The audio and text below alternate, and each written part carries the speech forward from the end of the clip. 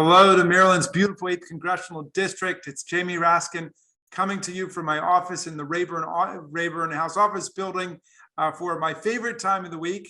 It is time for Local Hero.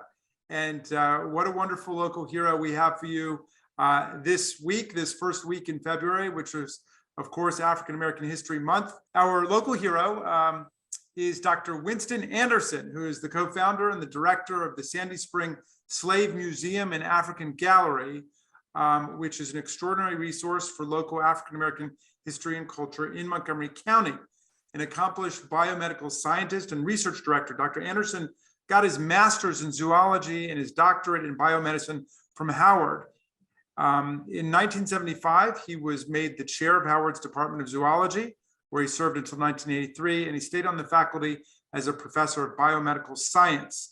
In 2006, with a $1 million grant from the Howard Hughes Medical Institute, he launched the Howard Hughes Medical Research Scholars Program.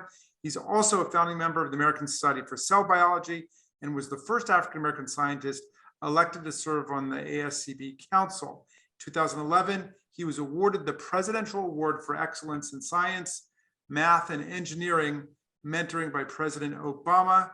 He's a 2020 Montgomery Serves awardee, and he lives in Silver Spring. Dr. Anderson, congratulations to you on being named our local hero, and thank you so much for joining us. Thank you very much. Just a correction.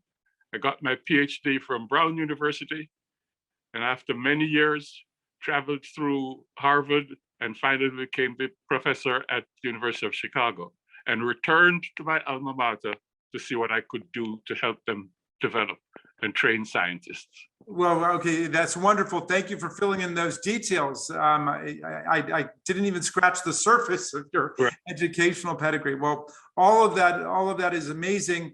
But we're so interested in the Sandy Spring Slave Museum and African Gallery, which still a lot of people don't know about. So tell us about this hidden gem in Montgomery County. Okay, the Sandy Spring Slave Museum is a heritage museum that's dedicated to celebrating the history, heritage, legacy, and culture and contributions of African Americans in Montgomery County, with special emphasis on the Sandy Spring era. With more than 30 years of service, the museum has promoted educational and cultural programs to students and to thousands from adults and others from the area.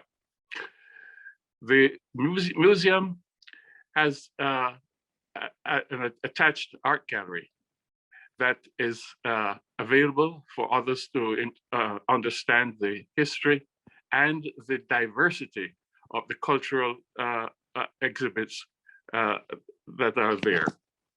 The museum is a community museum, and it has recently built and recreated a village showing you the descendants of the African Americans who were freed back in the 200 years ago. It's a village that has panels showing various individuals and various contributions. And individuals can come, visit it, and see their heritage of themselves and so on, and they can make associations with others. For example, it shows migrants from Unity, the Howard family, the famous Howard family, how they came into the area, not just in Sandy Spring, but in Holly Grove and so on, and how their descendants have formed the Afro-American, the Afro newspaper in Baltimore.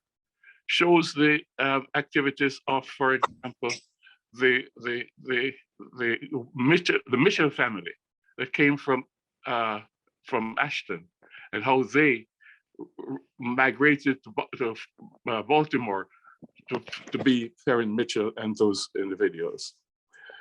The museum is open to and has been open to thousands of students in Montgomery County, and what we hope is that as part of the Montgomery County Black History curriculum, they would be able to visit and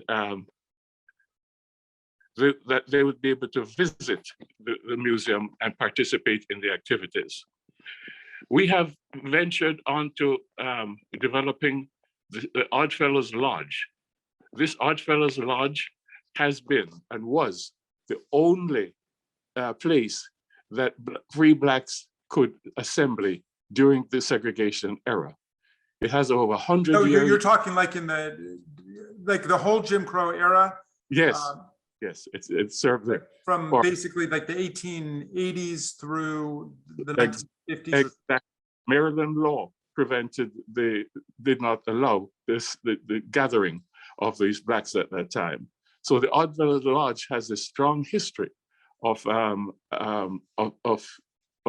having them gather and have just an assembly.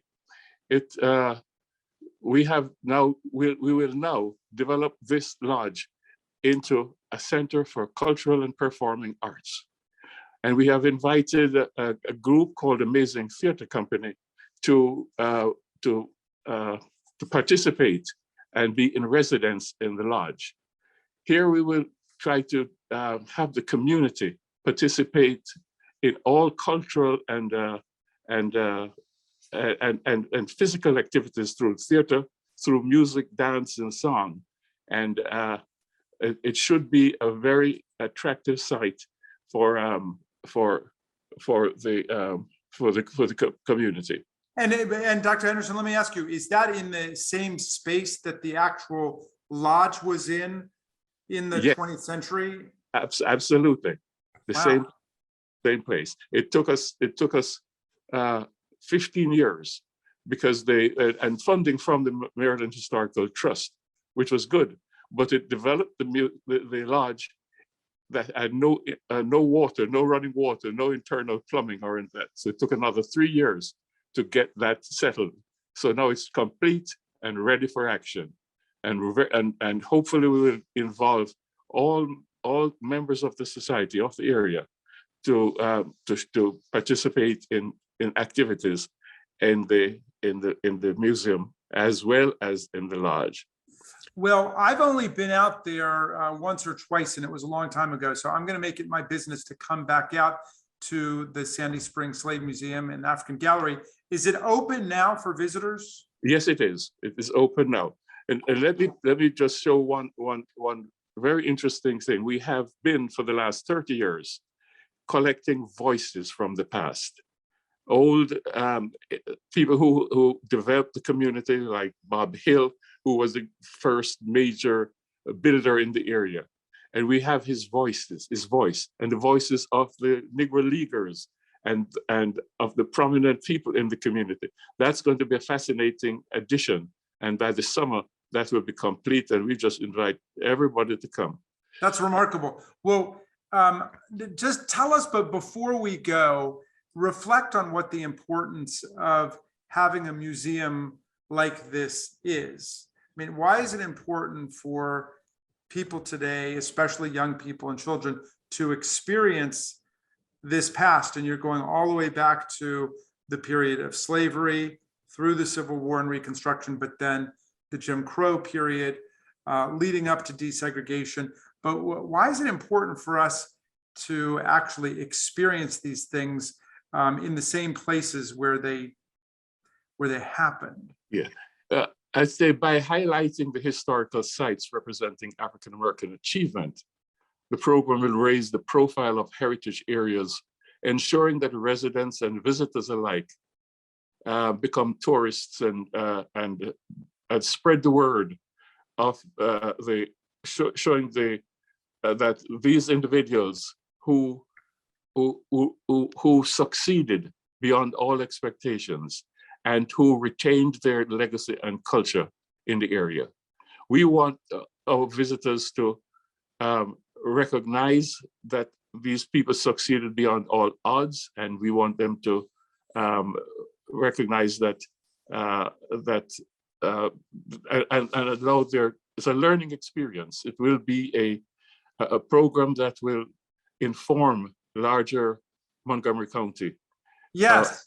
Of the achievements of these ethnic villages and the developers in these ethnic villages. Well, I love that. And ultimately for the young people, it's a tale of striving and resistance and struggle against racism, but it's also a tale of success, as you say, of breakthrough and of survival. Right. And one last thing, I think that we should know that this museum is a volunteer-run museum. The individuals that man the post, they are local individuals, and we are in contact with the people in the community. And we look at the area, what was then and what is now. And I think that our greatest contribution is that we are with the people in the community. Well, Dr. Winston Anderson, co-founder and director of the Sandy Springs Slave Museum and African Gallery, accomplished professor in biomedicine and zoology, you render such a great service to our community by continuing to run this extraordinary local resource and treasure. And for that reason, we're making you our local hero, the first local hero of Black History Month. So thank you for everything that you do. Thank you very much.